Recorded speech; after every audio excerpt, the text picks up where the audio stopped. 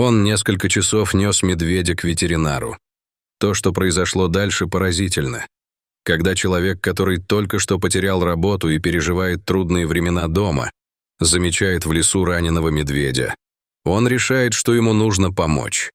Он несколько часов таскал медвежонка по лесу к ветеринару, надеясь услышать хотя бы одну хорошую новость.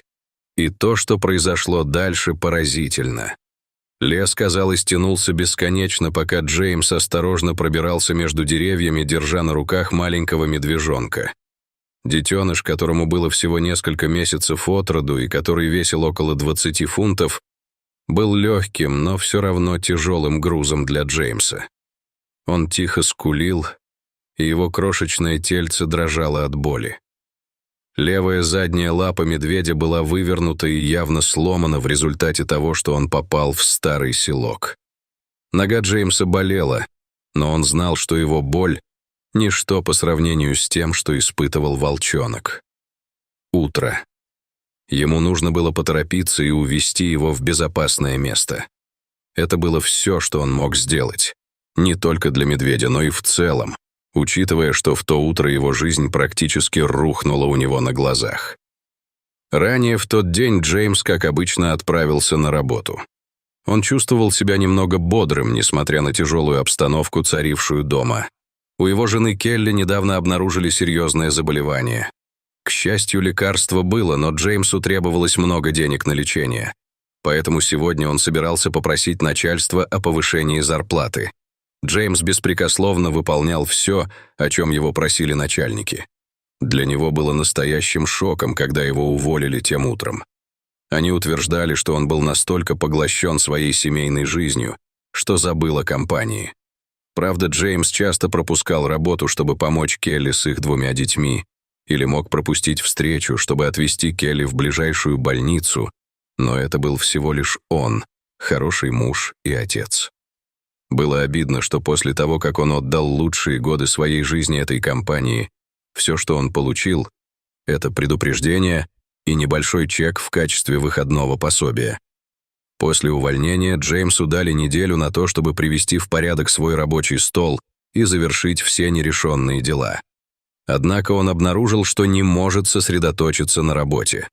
Поскольку его компания располагалась недалеко от леса, он решил прогуляться и проветрить голову. Было солнечное утро, и Джеймс встретил на тропинке нескольких туристов и бегунов. Желая побыть наедине со своими мыслями, он выбрал другую, более пустынную тропинку. Он знал, что сможет легко найти обратную дорогу с помощью современной GPS и картографической системы. Кроме того, идти ему предстояло недолго, всего 30 минут или около того.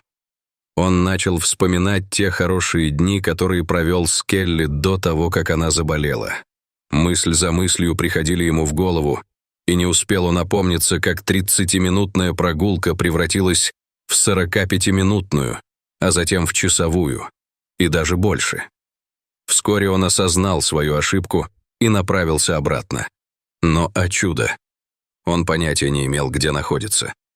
Джеймс полез в карман за телефоном, но понял, что, спеша покинуть офис, забыл его там. Тем не менее, он не волновался, так как знал, что у него есть время найти дорогу. Все, что ему нужно было сделать, это следовать в одном направлении, и он бы вышел на трассу. Но, пройдя несколько минут, Джеймс услышал тихое поскуливание, доносившееся из небольшого кустарника. Сначала он испугался, но, присмотревшись, заметил какое-то движение. Он схватил палку и тихо подошел к кусту, готовый защищаться в случае необходимости. К его удивлению, в силках оказался крошечный медвежонок.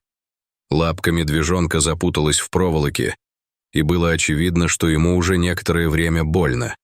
Джеймс почувствовал прилив сострадания и понял, что должен помочь. Он осторожно высвободил детеныша из ловушки и укутал его своей шерстью, чтобы ему было тепло. Детеныш, которому едва исполнилось несколько месяцев, посмотрел на него умоляющими глазами. При виде этого у Джеймса защемило сердце. Он знал, что должен доставить тигренка в безопасное место, а ближайшая ветеринарная клиника находилась в маленьком городке, где он жил. Это было в часе езды от его компании. Но учитывая, что на работу он ездил на поезде, у него не было другого выбора, кроме как идти пешком. Он покачал головой, задаваясь вопросом, не сошел ли он с ума. Он действительно собирался отвезти медведя в ветеринарную клинику. Затем он пожал плечами. Его уволили. Что еще он мог сделать? Он взял медвежонка на руки, чувствуя, как его крошечное тельце дрожит у него на груди. Но он заблудился и понятия не имел, куда идти. Внезапно Джеймсу пришла в голову идея. Его компания установила длинные электрические столбы, так что если бы он мог их видеть, он мог бы пойти в том направлении. Он положил медвежонка на мягкую траву и забрался на самое большое дерево, которое смог увидеть. К счастью, он увидел поляков, но они были довольно далеко. Он никак не мог вернуться в компанию и попросить коллег подвезти его. Не имея другого выхода, Джеймс начал свой долгий путь в клинику. Тропинка через лес была неровной, с переплетенными корнями и неровной почвой. Вес медвежонка делал его путешествие еще более трудным, но он был полон решимости. Он должен был следить за каждым шагом, зная, что малейшая оплошность может обернуться катастрофой как для него, так и для детеныша. Пока он шел, детеныш тихо скулил от боли. Джеймс шептал успокаивающие слова, надеясь успокоить испуганное животное. Часы тянулись медленно, и усталость начала сказываться. Мышцы у него ныли, дыхание было прерывистым, но он продолжал двигаться вперед. Было уже за полдень, и Джеймс изо всех сил старался двигаться вперед. Он использовал всю накопившуюся в его теле энергию, и он знал, что должен спасти этого медведя. К счастью, до города можно было срезать путь прямо через лес, поэтому Джеймс решил воспользоваться им. Если бы он шел быстро, то смог бы добраться до клиники через 2 часа. Он также знал, что этим маршрутом редко пользуются, поэтому ему приходилось быть очень осторожным. В нескольких милях впереди была река, но Джеймс не волновался. Дождя не было уже несколько недель, поэтому он ожидал, что перейти реку будет легко. Пока он шел, медвежонок уютно устроился у него на руках. Он заверил себя, что путешествие будет легким, несмотря на вес его нового спутника. Днем ранее, без ведома Джеймса, выше по течению прошли сильные дожди. Шторм быстро прошел, оставив небо в его районе ясным и обманчиво спокойным. Однако из-за проливного дождя река вышла из берегов, превратившись в стремительный поток. Когда Джеймс добрался до берега реки, он был ошеломлен открывшимся перед ним зрелищем. Река оказалась намного шире и глубже, чем он ожидал. Ее воды неслись мимо с угрожающей силой. Джеймс знал, что у него не было другого выбора, кроме как переправиться. Обратный путь будет очень долгим, а он к тому времени уже 1,5 часа нес медведя. Он осторожно опустил медвежонка на землю, сняв с него ботинки и носки. Русло реки было каменистым и неровным, и ему пришлось перебираться на ощупь, чтобы не поскользнуться. Холодная вода обжигала кожу, когда он переходил вброд, а течение толкало его с неожиданной силой. Держа медвежонка высоко над головой, чтобы он не намок, Джеймс осторожно делал каждый шаг. Камни под его ногами были скользкими, и из-за напора воды ему было трудно сохранять равновесие. На полпути он неправильно рассчитал шаг, и его нога наткнулась на острый камень, отчего палец пронзила острая боль. Он поморщился, но продолжал двигаться, зная, что останавливаться посреди реки не стоит. Из пореза на пальце ноги сочилась кровь, смешиваясь с холодной водой, но Джеймс продолжал двигаться, движимый решимостью доставить детеныша в безопасное место. Каждый шаг давался ему с трудом. Боль в ноге постоянно напоминала об опасности, с которой он столкнулся. Наконец, спустя, казалось, целую вечность, он добрался до противоположного берега. Измученный и страдающий от боли, он осторожно выбрался из воды и рухнул на травянистый берег, все еще держа на руках детеныша. Ему понадобилась минута, чтобы отдышаться и оценить свою травму. Порез на пальце ноги был глубоким и пульсировал с каждым ударом сердца. Несмотря на боль, Джеймс понимал, что должен продолжать двигаться. Он, как мог, перевязал ногу полоской, оторванной от рубашки, и продолжил свой путь. Теперь идти было еще труднее. Каждый шаг отдавался болью в ноге. Но мысль о медвежонке заставляла его двигаться вперед. Жизнь медвежонка зависела от него, и он не собирался опускать руки. Когда солнце начало садиться, Джеймс увидел вдалеке ветеринарную клинику. Травмы и переход через реку продлили его путешествие, и теперь он шел уже 3 часа. Измученный, с болью во всем теле, он, пошатываясь, направился ко входу в клинику.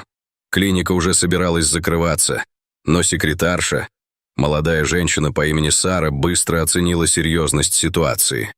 «Помогите! Мне нужна помощь!» Напряженным голосом позвал Джеймс. Этот детеныш ранен. Глаза Сары расширились, когда она увидела раненого детеныша, завернутого в пальто.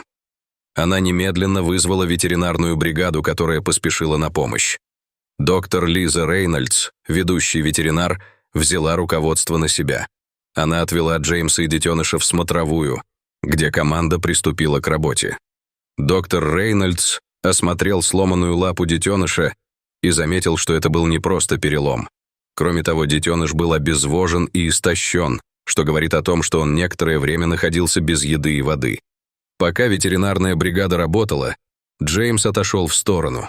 Он был встревожен, но в то же время рад, что детеныш наконец-то получил необходимую помощь. Доктор Рейнольдс и ее команда начали с того, что давали детенышу жидкости для его регидратации и кормили его, чтобы помочь ему восстановить силы. Они наложили шину на сломанную лапу и заботливо позаботились о других потребностях детеныша. Пока детеныша лечили, доктор Рейнольдс поговорила с Джеймсом. Она поблагодарила его за то, что он привез детеныша, и объяснила тяжесть его состояния. Она также рассказала, что ловушка была частью более масштабной браконьерской операции. Ловушки, расставленные в лесу, скорее всего, предназначались для более крупной дичи. Но этот маленький медвежонок стал несчастной жертвой. Джеймс внимательно слушал слова доктора Рейнольдса, чувствуя, как его переполняет чувство удовлетворения. Внезапно комната, казалось, закружилась вокруг него, и прежде чем он успел понять, что происходит, его ноги подкосились, и он упал на пол. Доктор Рейнольдс и персонал бросились к нему. «Джеймс, с тобой все в порядке?» — обеспокоенно спросила доктор Рейнольдс. Джеймс едва мог отвечать, его тело было измотано до предела. Многочасовое ношение медвежонка в сочетании с эмоциональным и физическим напряжением, наконец, сказалось на нем. Они быстро перенесли его в соседнюю палату и уложили на кровать. Доктор Рейнольдс осмотрел его, отметив признаки сильной усталости. «Ему нужен отдых и прием жидкости», — сказала она персоналу.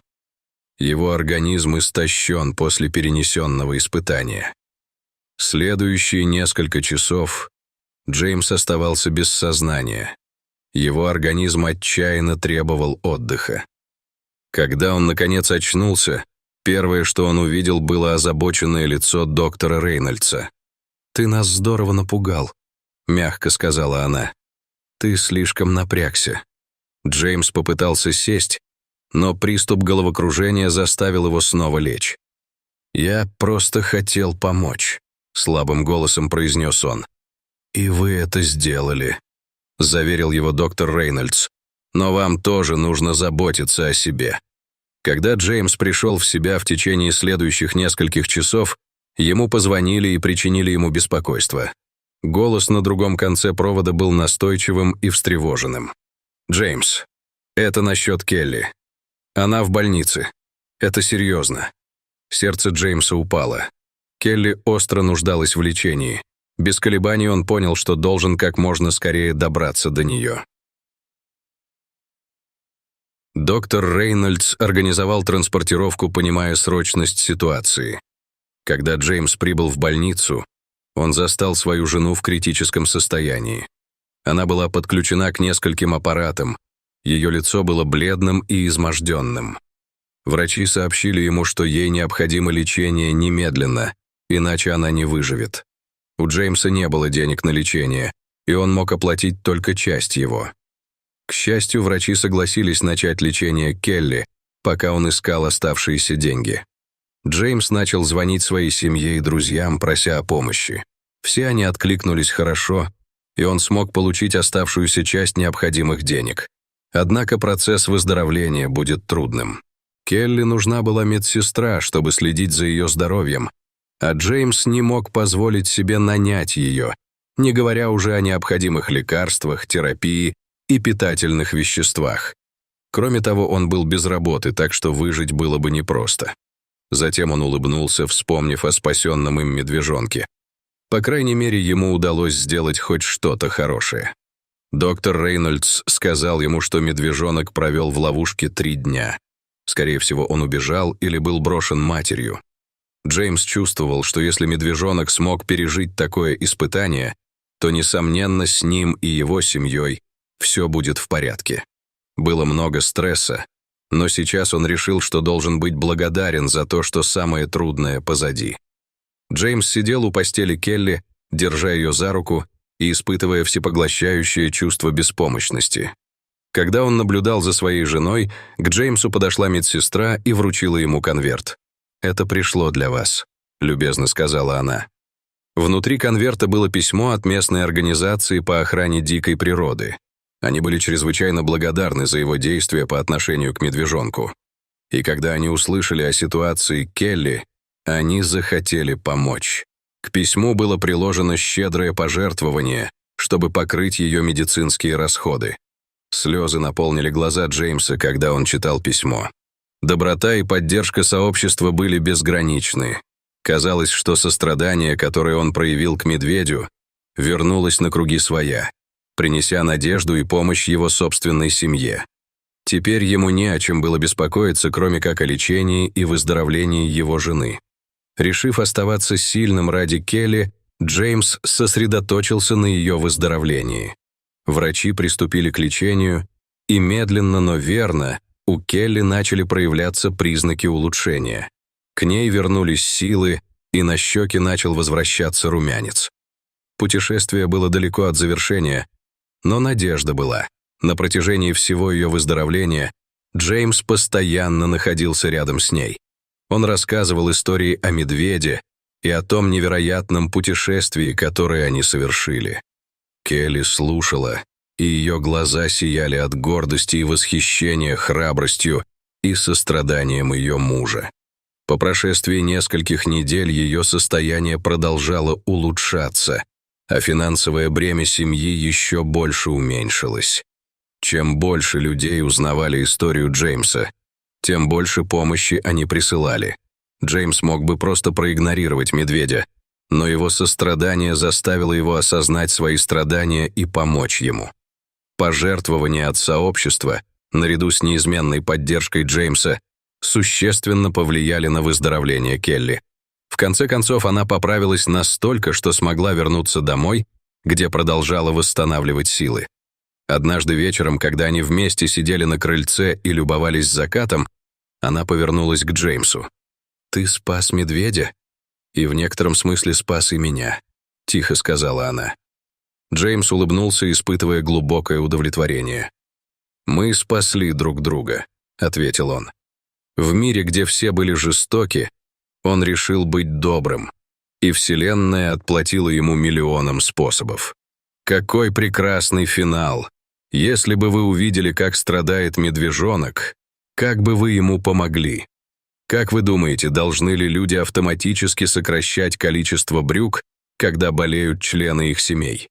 Поделитесь своими мыслями в комментариях ниже.